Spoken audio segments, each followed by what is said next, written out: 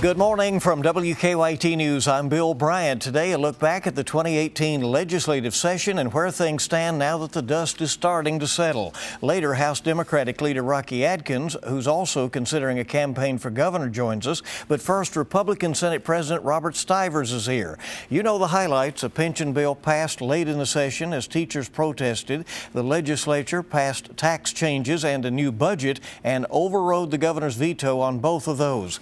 Senator Robert Stivers wields the gavel in the Senate. He is from Manchester, and he joins us this morning. Welcome. Good to see you, Senator. How are you, Bill? Appreciate it.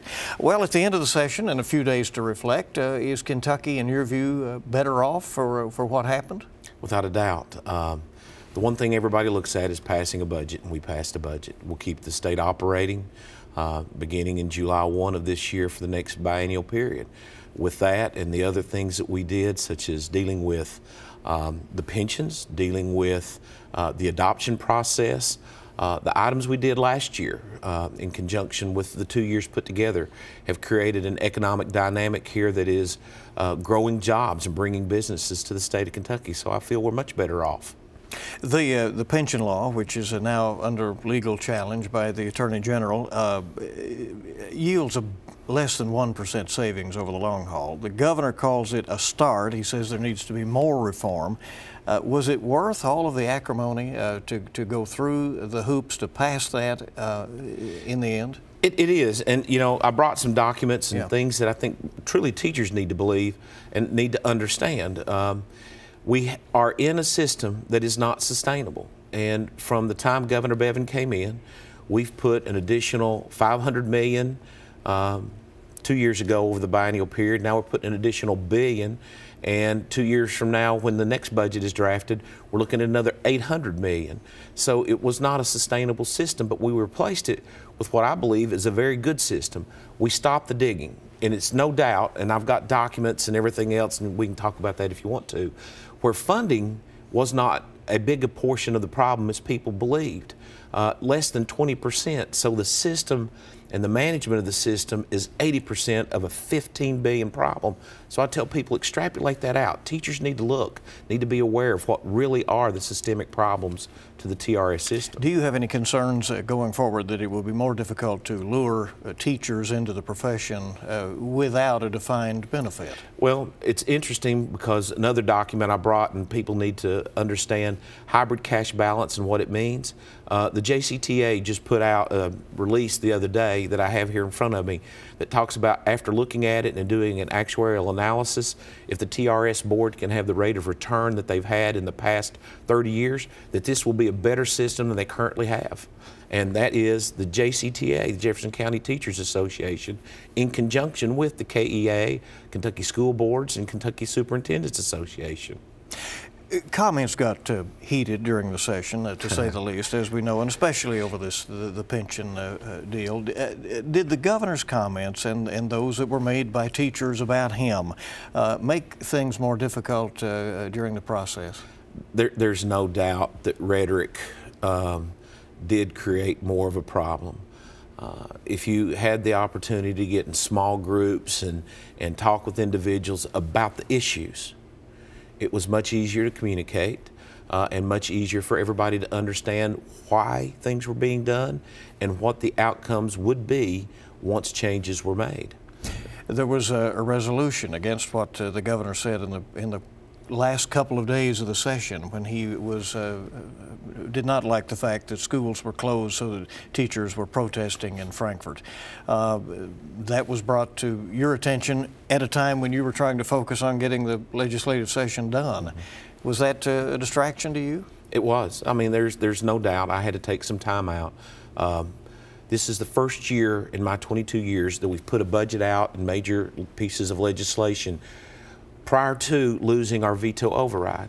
So in those last days, we're focused on going back and making those changes that people had brought to our attention. And it was really a good process. People say, no, it wasn't. But if you go back and you follow this bill, we've always left Frankfort with the governor having total ability to override things. And so this time we were able to go back and make changes. People saw that. They saw that in the last 2 days. We were focused on that last 48 hours. And I hadn't heard any of the comments. I had just been told. And so the press was constantly coming to me saying, have you seen it? Have you looked at it? When I was trying to focus on those last hours, because the Constitution does not allow us to act beyond a certain point. Yes, it was.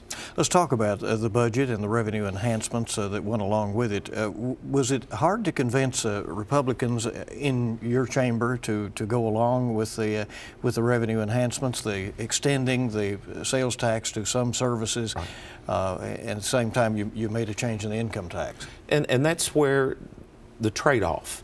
Going to more of a Tennessee-style economy, a Florida economy, where you're doing a consumption tax versus a production tax.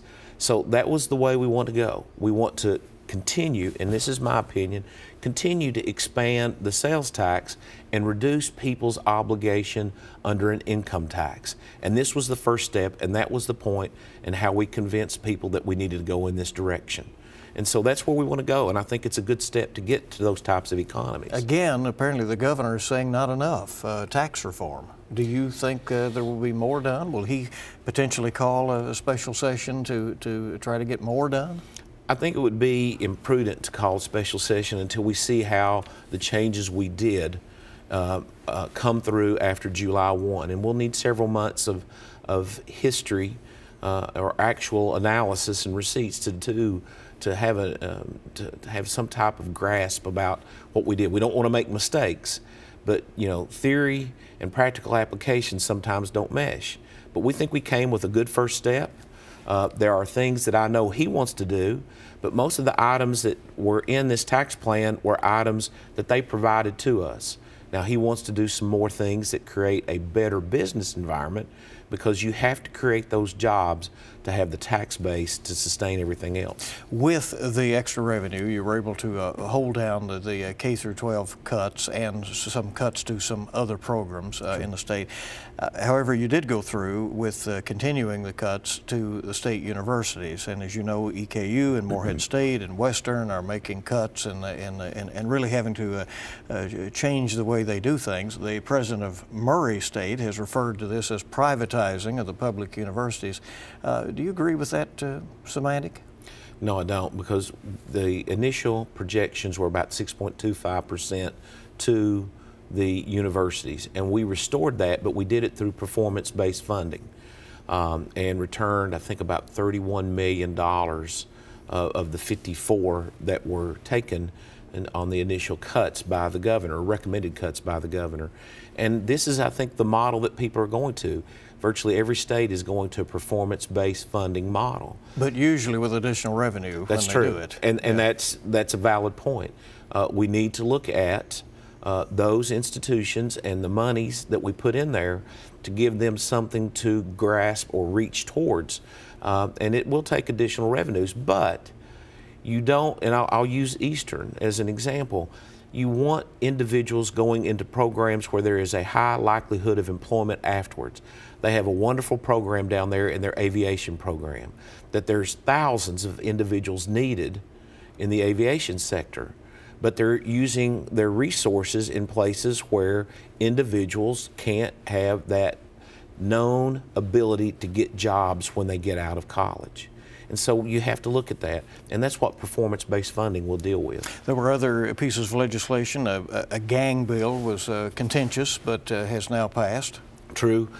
Something that needed to be done because we're seeing in the major metropolitan areas, not necessarily where we come from, but in the major metropolitan areas, there is a problem with gang violence. That gang violence leads into other things such as human trafficking, drugs, and a plethora of things that create societal problems. Other bills that you think are important that passed? Well, I think maybe for families. The biggest thing was something that David Meade worked on and the House worked on and several of my members were interested in, and that was streamlining the adoption procedures. If you think about these children that are out there in these homes, the governor's been involved in this, Republicans and Democrats alike, wanting to make the adoption process easier and less costly. And from that perspective, I think that was one of the highlights of the session. Was there a failure, something you would like to have seen done that did not make it, or do you feel like you got a lot done by getting the pension the budget done? I don't take anything as a failure. I take it as a process. There are certain things that we will want to come back and look at from a cost-saving standpoint. I think it was Senate Bill 4 that would have moved elections, the statewide elections, to the presidential year, even numbered years. That way we only have elections every 2 years. And, you know, I'm a politician, but I'm a realist. I know people don't like seeing elections every other year or every year. So we would get them on every other year. Save money, generate turnout, but we'll continue to work on that. I wish that had gone through, but that's a process. We'll come back and revisit these issues next year. What's your reaction to the remake of the state school board and the replacement of the education commissioner, Stephen Pruitt? Democrats have said that it's about for-profit charter schools. Is that wrong? I don't think it's about charter schools, and if you look at the governor's comments and you have looked at Republicans and Democrats, this is going to be focused towards Jefferson County. 1/6 of our population, but 70% of our failing schools. And that's where I think the focus on charter schools is going to be. You have to have the population mass, the population density to be able to have a charter school. It's not going to be something you see in the rural areas. And in the rural areas, you don't see the failing schools like you do in Jefferson County. So to that extent, it's a gubernatorial prerogative to appoint your individuals to the board. I was very much about that. Separation of powers, distinction between the branches with Governor Beshear. It's Governor Bevin's prerogative. I had a good working relationship with Commissioner Pruitt. Thought he did a good job, but this is something that is a gubernatorial prerogative, and he has made his statement by doing the appointments to the board. Senate President Robert Stivers, thanks for coming. Right. Appreciate it. Get some rest, and we hope you'll stay with us. We'll have the Democratic perspective from Rocky Adkins next on Kentucky Newsmakers. Welcome back to Kentucky Newsmakers from WKYT as we take a look back at the 2018 legislative session and the landscape now that lawmakers have returned back home.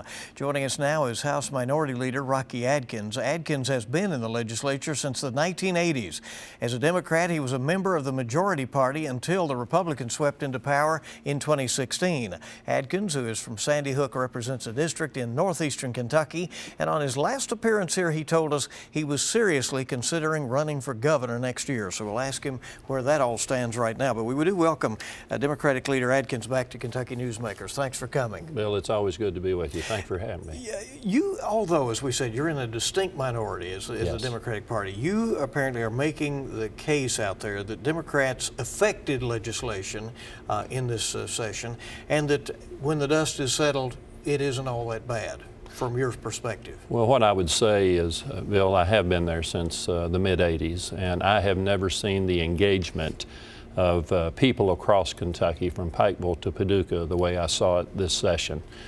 We had thousands of people who came to Frankfort and rallied on behalf of the profession they're in and on the behalf of public education in the Commonwealth of Kentucky. And to see that kind of engagement is really moving, and I think our voice of the loyal opposition on some bad things that could have really happened as far as pensions, which we still think a bad bill was passed there, and to get a budget really back in better shape that still wasn't where it needs to be, and then a revenue package that we believe at the end of the day is a very regressive revenue package. We were able to get that message out, I think, very effectively, but the teachers that came from across the state that not only were engaged back in their home district with legislators, but came to Frankfort to be involved with part of the process. I want to thank them for that. That's what true democracy is all about.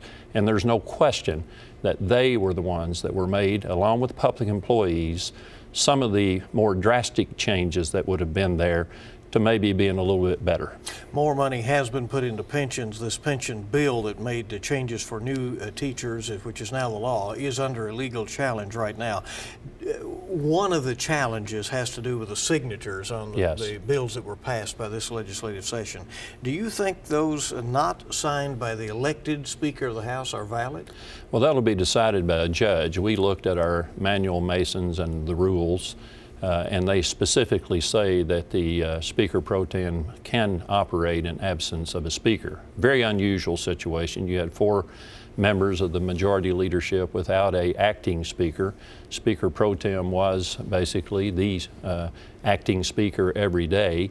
We asked that question many times among ourselves, and we came to the conclusion that under manual and under Mason's manual and under the rules of the House that that operation could take place. But I think it's still a question, and I think that question will be answered in the courts. You voted against the pension bill. I sure did. And do you think it was a mistake to approach it in the way it was done? Well, there's no question, Bill, that as much a problem as you saw during this session was what I thought was bad policy, the process was even worse. And people across Kentucky, being as engaged as they were through social media, through watching KET, whatever it may be, basically saw that the process was not a process that was transparent. It wasn't open to the public. And I think the pension bill is really the prime example of how this process worked during this session. There was a pension bill that was taken basically into a side room on a hastily called meeting, and of course it was put on a wastewater treatment bill or a sewer bill, 291 pages, and when it was handed out, it was the first time the members of that committee had seen it. The papers were still warm as members looked at a change to the pension system. And I challenged that in that committee room that night, and I challenged it because I still think the law was broken.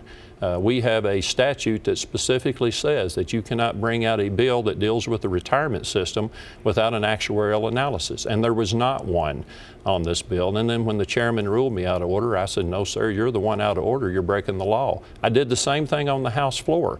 I stood up on the House floor and asked the Speaker if that bill was legally on the House floor, and he overruled my motion. And for the first time in my 31 years of being in the General Assembly, I challenged the ruling of the Speaker.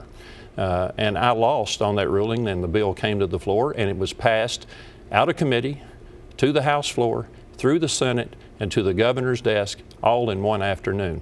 Bill, that's not the way the process is supposed to work, and it shouldn't work in that manner. What factors were at play when the Republican-led chamber repeatedly overrode the governor's judgment on the vetoes that he had issued, including the entire state budget?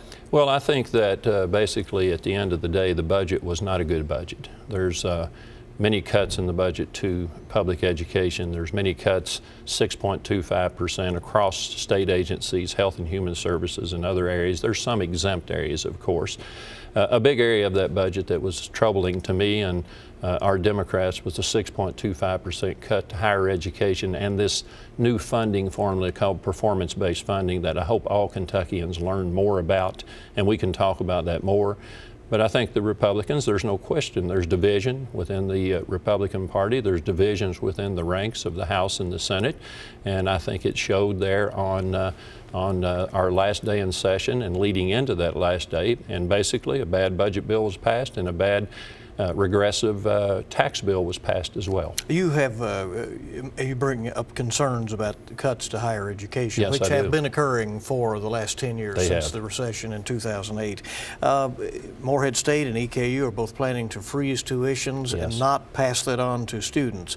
How are they left to deal with this? Under performance-based funding, basically you suffer and you don't receive the funding out of performance-based funding that your university needs. So I think there's a two-pronged approach here. I think that basically EKU and Morehead State both serve regions of this state that are being economically hit hard because of the downturn in the coal economy, and we want those students, those kids, to be able to come and get degrees in higher education. So they're looking at it from that standpoint. But I also think they're looking at it that we got to keep our enrollment up. We got to increase enrollment during the time of difficult times and not get the price of higher education completely out of reach of those that they're trying to serve in those service regions. But with performance-based funding, $31 million in each year of the biennium, we've got all universities competing against each other. You got your comprehensives that are there for a different different mission than UK and U of L, which are our research institutions. But we got UK competing against Morehead, Eastern, and K-State, and Murray, and the rest. And you know and I know that we don't need to be picking winners and losers. If you want to do performance-based funding, and all other states have done this, you have seen a big increase in funding for higher education in those states that have approached performance-based funding. In Kentucky, we didn't do that. We've done that during the time of cuts to higher education and basically taken that money out of their base funding to create performance-based funding. I think that's a recipe for disaster, and I think it's a recipe for having a negative impact on higher education across Kentucky, especially at K-State, Eastern, and Morehead State University. We're with Rocky Adkins, who is the House Minority Leader in Frankfort. We're coming back in just a moment. He has mentioned a likely run for governor. We'll ask him about that and more before we go here on Kentucky Newsmakers. We welcome you back to Kentucky Newsmakers on WKYT, continuing our visit with the minority leader for the Democratic Party in the House in Frankfort. What kind of session was this as far as, you said you're buoyed by the participation of people out there, but there were some long hours. This was quite a rigorous session, wasn't it? There was some long hours. It was contentious. It was partisan, which it didn't have to be, and the process brought a lot of that about, Bill. Being the Democrat leader in the House, and I'm going to pick 3 bills for you here: the budget bill, the revenue bill, and the pension bill. There was not one time when those bills went into conference. We were there for some very minor decisions on language, but after that we were completely left out of the negotiations on all 3 of those bills. You're saying the Democrats were left out? The Democrats in the House and the Senate were left out. Matter of fact, you know, the votes showed when they came out on the board. We were never communicated with. We were never asked for our opinion. We were never asked, how can we make this a bipartisan approach, which there's no question the budget should be, and any type of revenue tax reform should be as well, and definitely on pensions. We all know how that came out and how that end result was, which is a way of weakening pensions, especially for newly hired teachers and those still in the system. But it was a very contentious session. It was almost, I go back to my old athletic days at Morehead State and Eastern playing, when, you know, you'd battled to the very end, and at the end of the game you felt like you were in the locker room kind of trying to get your breath, you know. But this session was one that because of the lack of transparency, because of the process, because of not reaching out from the majority Republicans in the House and the Senate, involving, trying to get our input, it made this session just like you were, you know, down getting ready to go into a battle every day, and it doesn't need to be that way, and I hate it was, but there was a lot of long hours. But on the positive side, the involvement of Kentuckians. They created, teachers, public employees, the education community, created an energy across Kentucky like I have never seen. And I would encourage them to stay involved in the process, because we do make decisions in Frankfort that affect their lives, affects their occupations, and affects their communities. Leader Adkins, the Kentucky Education Commissioner, Stephen Pruitt, stepped down the middle of this week as the newly appointed state school board was seated, and it was meeting behind closed doors to discuss his future. Your reaction to his decision, or the decision that was made? Well, I think it's a sad day for the school children of Kentucky. I think it's a sad day for public education in Kentucky. Commissioner Pruitt is an honorable man, has done a fantastic job. There's no question this is just another attack on public education. This is an attempt, in my opinion, to implement charter schools in the Commonwealth of Kentucky, for-profit charter schools in the Commonwealth of Kentucky.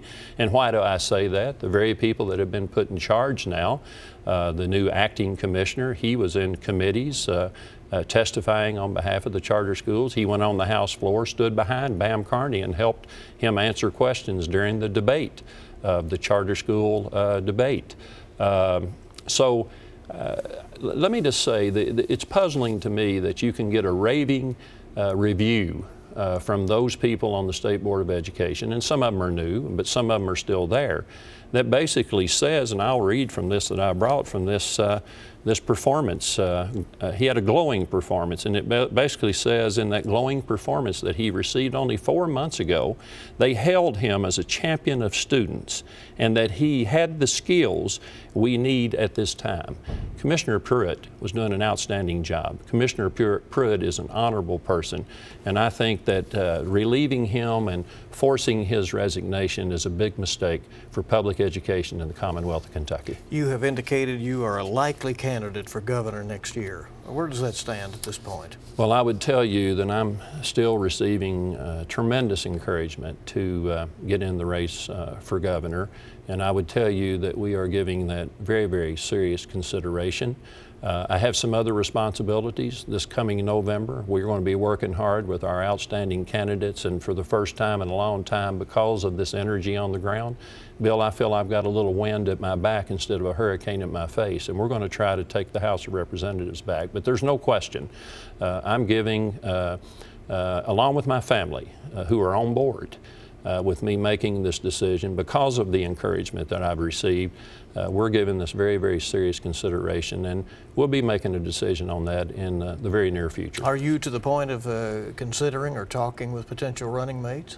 Well, we have not face-to-face, but we have talked about internally about some different names that I'm not ready to reveal at this time, but there's no question that where we are in this process, with this discussion being on the front burner, we're discussing some different names that may be very good prospects for us to talk to. Can you afford to wait until after the November election to make this decision? Well, I would think we would be on a pace that would be somewhere making a definitive answer before that time, without question. Thank you for coming. Okay, really thank you, Bill. Thanks for having me. Thank you for joining us for this edition of Kentucky Newsmakers on WKYT. We'll see you bright and early this week on WKYT This Morning, and you make it a good week ahead.